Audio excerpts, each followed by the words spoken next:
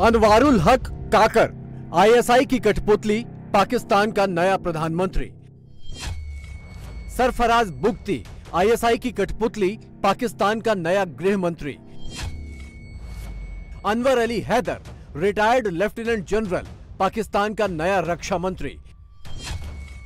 जलील अब्बास जिलानी, कश्मीरी आतंकियों का फाइनेंसर, पाकिस्तान का नया विदेश मंत्री। जमाल शाह, फौज का फिल्मी प्रोपेगेंडा टूल, पाकिस्तान का संस्कृति मंत्री।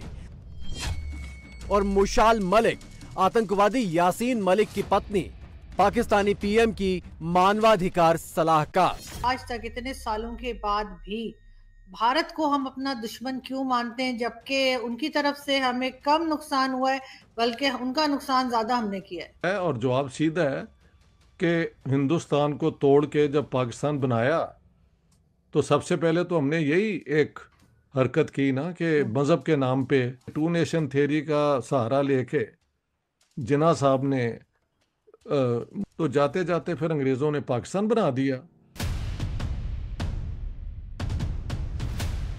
यह है पाकिस्तान की नई केयरटेकर सरकार, जिसने गुरुवार को शपथ तो ली पाकिस्तान को बचाने और बढ़ाने की, लेकिन असल एजेंडा है पाकिस्तान को 100% फौज के हवाले करने का, ताकि फौज अगले 90 दिनों तक अपने सारे हिसाब बराबर कर ले। तो हमारे नए केयरटेकर प्राइम मिनिस्टर आए हैं, उनके लिए भी यही कहा जाता है कि एस्टेब्लिशमेंट के बहुत नजदीक है।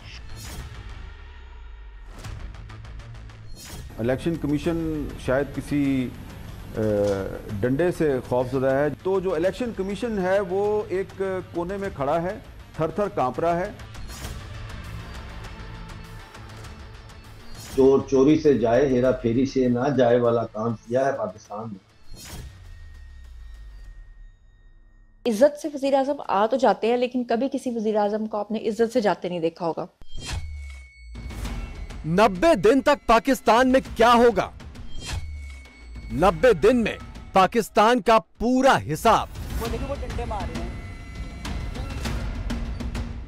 पाकिस्तान में सरकार किसी की भी हो, हुकूमत फौज की ही होती है, लेकिन केयरटेकर सरकार के नाम पर पाकिस्तानी फौज ने मार्शल लॉ लगा दिया है, सिर्फ ऐलान नहीं किया। लेकिन क्या यह केयरटेकर सरकार सिर्फ 90 दिनों के लिए है?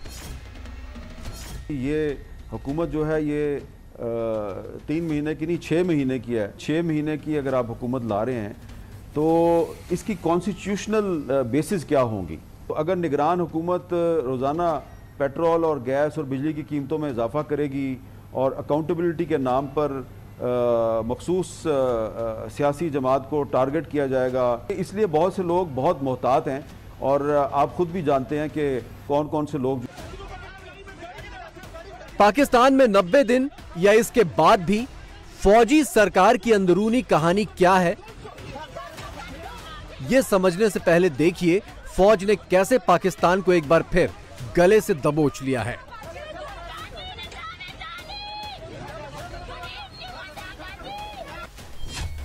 पीएम अनवारुल हक और गृह मंत्री सरफराज बुगती दोनों बीएपी यानी बलूचिस्तान आवामी पार्टी से हैं। ये पार्टी आईएसआई के इशारे पर बनी थी और रक्षा मंत्री तो खुद सेना का रिटायर्ड लेफ्टिनेंट जनरल है, यानी पाकिस्तान का असल पीएम रक्षा मंत्री होगा, जिसकी कमान आर्मी चीफ के हाथ में होगी। हमारे यहाँ फौज हमेशा जो है वो हर चीज में है, सिवाय जो फौज का काम है उसके अलावा एस्टैब्लिशमेंट जिसे हम कहते हैं। अभी भी जो हमारे नए केयरटेकर प्राइम मिनिस्टर आए हैं, उनके लिए भी यही कहा जाता है कि एस्टैब्लिशमेंट के बहुत नजदीक है।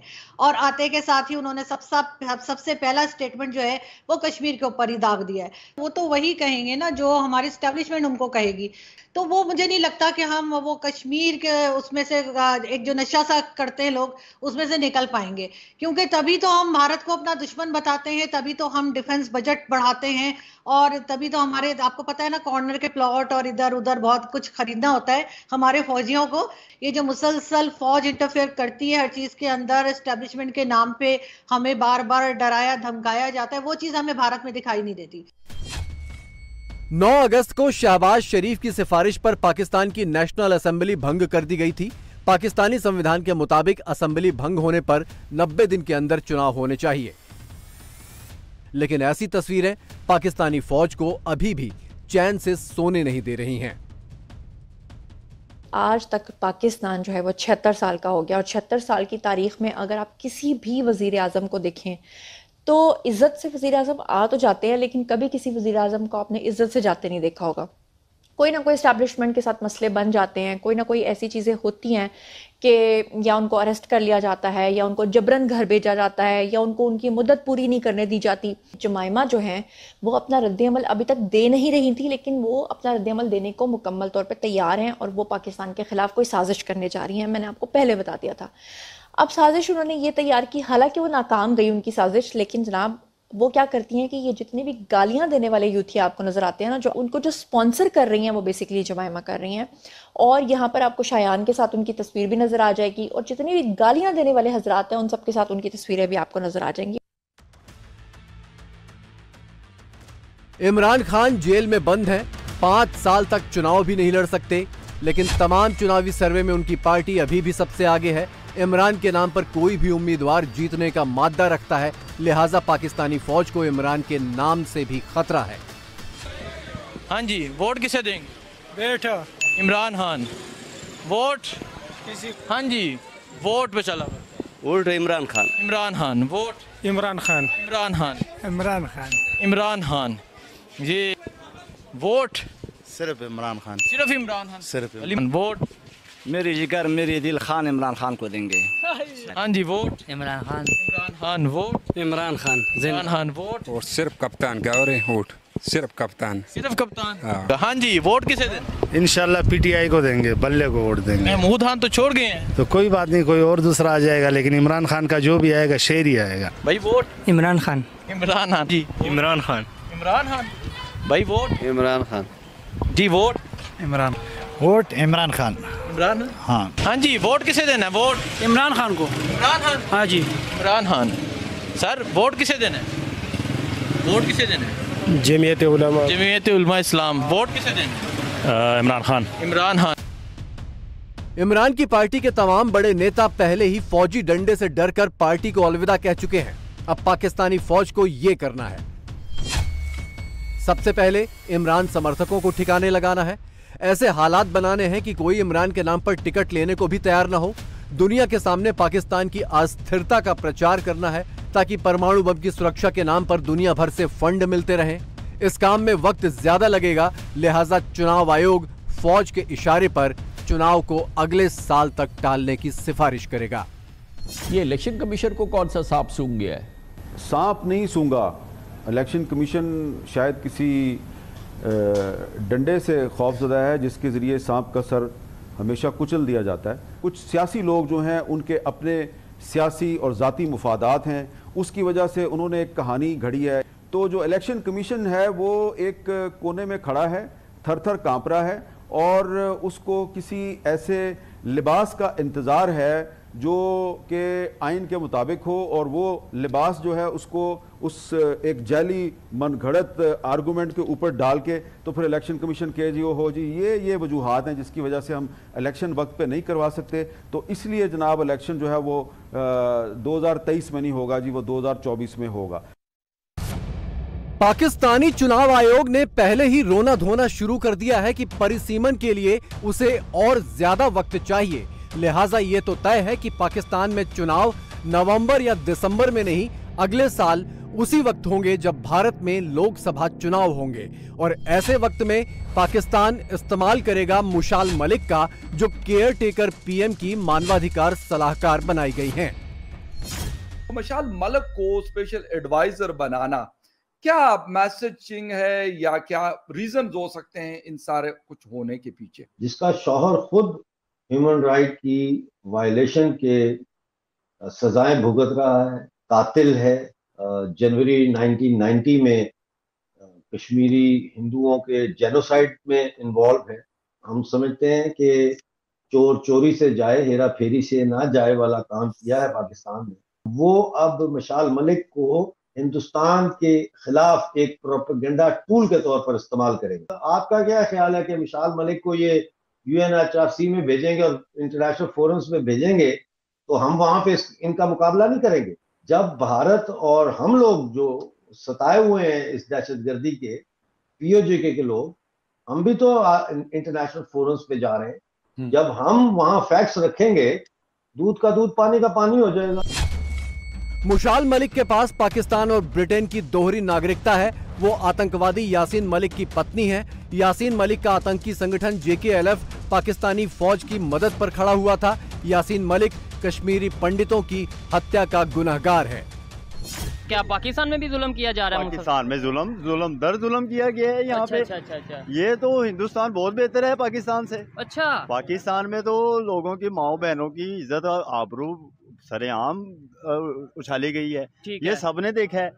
कोई फ्रंट फुट पे देख रहा है, कोई बैक फुट पे देख रहा है। अच्छा। हमने तो बैक फुट पे देखा है कि बच्चियों को तौबा इस्तगफार, ये सियासत के पीछे। अच्छा। सियासत की नजर कर दिया, उड़ा दिया पकड़ के। क्या ये इंडिया के साथ के हैं? ये कह रहे नहीं। अच्छा, आप बताएं, आप क्या कहना चाहेंगे? मैंने नहीं कहा। अच्छा, ये क्या उन्होंने कहा आप इंडिया के साथ के हैं? नहीं, बात होती कॉन्फिडेंस और दलील के साथ। पाकिस्तान के जो मुसलमान हैं उन पे ज्यादा जुल्म हो रहा है इंडिया की निस्बत। जैसे ही कह रहे हैं पाकिस्तान पे मुसलमानों पे जुल्म हो रहा है। अच्छा।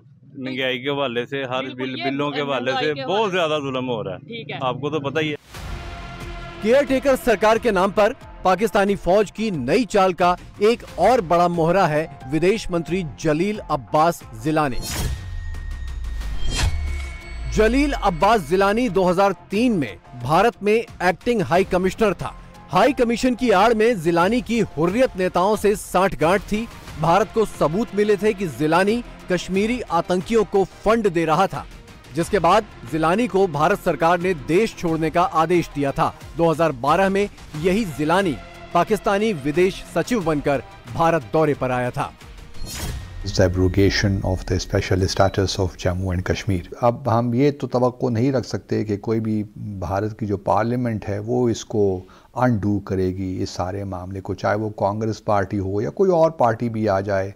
अगर वो 2/3 मेजॉरिटी के साथ भी आ जाते हैं तो कम से कम पार्लियामेंट में तवक्को अब नहीं रखता, क्योंकि पार्लियामेंट जो फैसला करेगी वो एक पॉलिटिकल फैसला होगा। अब किसी भी हुकूमत के लिए फैसला करना बहुत मुश्किल हो जाएगा। अब ले दे के सुप्रीम कोर्ट ही रह जाती है जो ये फैसला कर सकती है, क्योंकि वो तो अगर प्योरली आइन के लेंस से देखेंगे तो फिर कोई मुश्किल उनको पेश नहीं आनी चाहिए। लेकिन ये है कि अगले इलेक्शन जब होंगे भारत में, उससे पहले कोई कुछ फैसला ज़रूर आ जाएगा मेरे ख्याल में। शहबाज सोच रहे थे कि इमरान के खिलाफ फौज से 60 गांठ का उन्हें इनाम मिलेगा, लेकिन पाकिस्तानी फौज का तो प्लान ही कुछ और है। कहते हैं कि वो सर पर ओले पड़े, क्या वो है जी मुहावरा? हाँ, सर मुंडाते ओले पड़े, सर मुंडाते ओले पड़े।